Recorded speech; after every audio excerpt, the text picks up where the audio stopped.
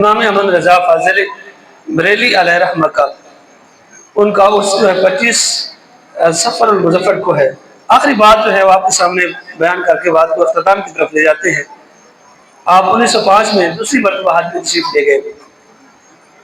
جب آپ گئے حج میں تشریف لے کے گئے، وہاں کے علماء نے عبداللہ پاشا جو اس وقت سلطنت عثمانیہ کے جو ہے وہ منتظم اعلیٰ تھے حج اور عمرہ کے، ان کو شکایت لگائی کہ ہندوستان کا ایک عالم دین آیا ہے جو نبی اکرم صلی اللہ علیہ وسلم کے بارے میں، یا پہلے تو انہوں نے یہ کہا کہ وہ عاشق رسول ہے اور انہوں نے بہت ساری کتابیں لکھی ہیں، اور یہ ان کے اعتراض ہے۔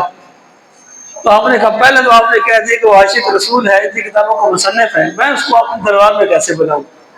ایک عاشق رسول کو، اتنی بڑی کتابوں کو مصنف کو میں اپنے دربار میں کیسے بناؤں؟ لیکن ہاں آپ کی ایک ریکویسٹ ہے، اس کو ہم پورا کر سکتے ہیں، وہ یہ ہے کہ آپ کے جو اعتراض ہیں وہ آپ مجھے لکھ کر دے دیں، میں ان کو لکھے ہوئے اعتراض ہیں ان کی ہم بھیج دیتا ہوں، تو وہ اس کا تحریری جواب ان سے جو ہے وہ مانگ لیتے ہیں۔ لیکن ان کو اپنے بارگاہ میں بلانا، اپنے محل میں بلانا، یہ ان کی توہین ہے۔ آپ خود ہی کہہ چکے ہیں کہ وہ عاشق رسول ہیں، اور عاشق رسول کی توہین کرنا جو ہے وہ اچھی بات نہیں ہے۔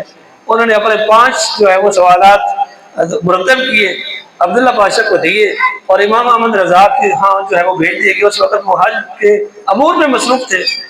جب وہ 5 سوال دیے گئے، میں اصل بات مغز جو ہے وہ اس کی طرف آپ کو لے کے جانا چاہتا ہوں، وہ کتنی بڑی ہستی تھی، جیسے جو ہے آج ہم اہل سنت نواقف ہو گئے ہیں، تو کچھ ان کے اوپر اعتراض بھی کرتے ہیں لوگ۔ اعتراض کرنے والے لوگ بدبخت ہیں، وہ اچھے لوگ جو ہیں وہ ان کے اوپر اعتراض نہیں کرتے۔ آپ نے پہلے جو عذر تھا کہا کہ یہ میں نہیں کر سکتا، میں تو حج کے لیے آیا ہوں، یہ میرے لیے بڑا مشکل ہے، میں بیمار بھی ہوں، تو انہوں نے علماء نے کہا کہ یہ آپ کو کرنا پڑے گا، نبی علیہ السلام کی نماز کا مسئلہ ہے، آپ کی عزت کا مسئلہ ہے، آپ کو یہ چیزوں کے جواب ہے وہ دینا پڑیں گے۔ تو آپ نے کہا ٹھیک ہے پھر میں اس کے جواب دیتا ہوں۔ آپ پہلے گئے، اب زمزم کے اوپر جہاں پہ زمزم ہے، ذرا توجہ کے ساتھ بات آخری ہے، ٹائم اختتام کی طرف پہنچ گیا ہے، تو وہاں وضو کیا، وضو کرنے کے بعد پھر خانہ کعبہ تشریف لے کے آئے، خانہ کعبہ کا طواف کیا، اور پھر 2 نوافل مقام ابراہیم کے اوپر آ کر آپ نے پڑھے۔ 2 رکعت نماز پڑھنے کے بعد پھر رسول اللہ صلی اللہ علیہ وسلم اور غوث الاعظم سے آپ نے مدد مانگی اور خانہ کعبہ کی طرف تکنے لگے۔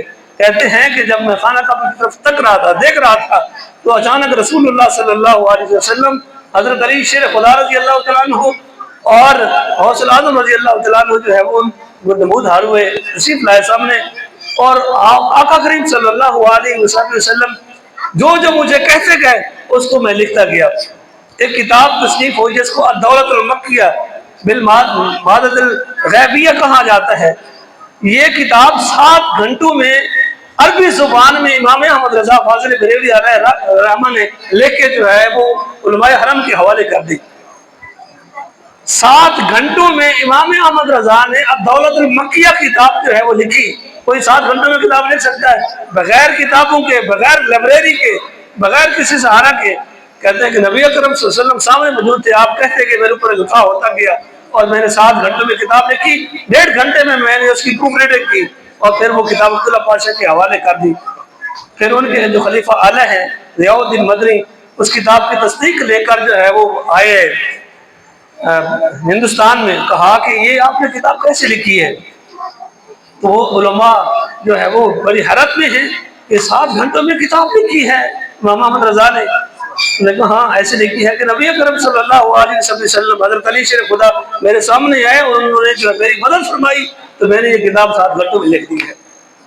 25 سفر المظفر 28 اکتوبر 1921 کو بروز جمعۃ المبارک امام احمد رضا فاضل بریلوی علیہ رحمہ دنیا سے رخصت ہوئے۔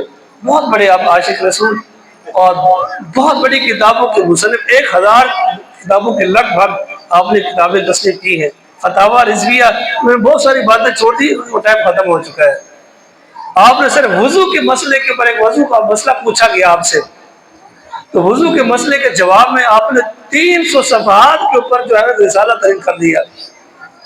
1-2 صفحے کا جواب ہوتا ہے، تو آپ نے 300 صفحوں کے اوپر جو ہے ایک رسالہ لکھ کے جو ہے ان کو بھیج دیا۔